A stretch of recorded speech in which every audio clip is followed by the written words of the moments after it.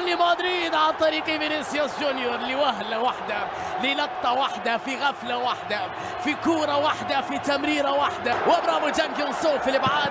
فالفيردي هدف ثاني لمدريد، هدف ثاني لمدريد بعد 18 دقيقة لعب في النهاية عن طريق فيدريكو موريجا بكرة، هدف يا زعيم.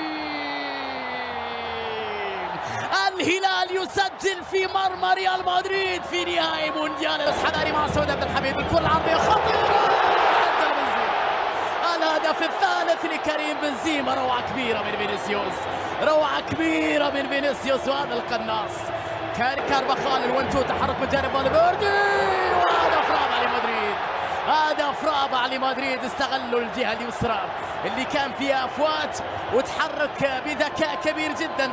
فرصة لبيتو،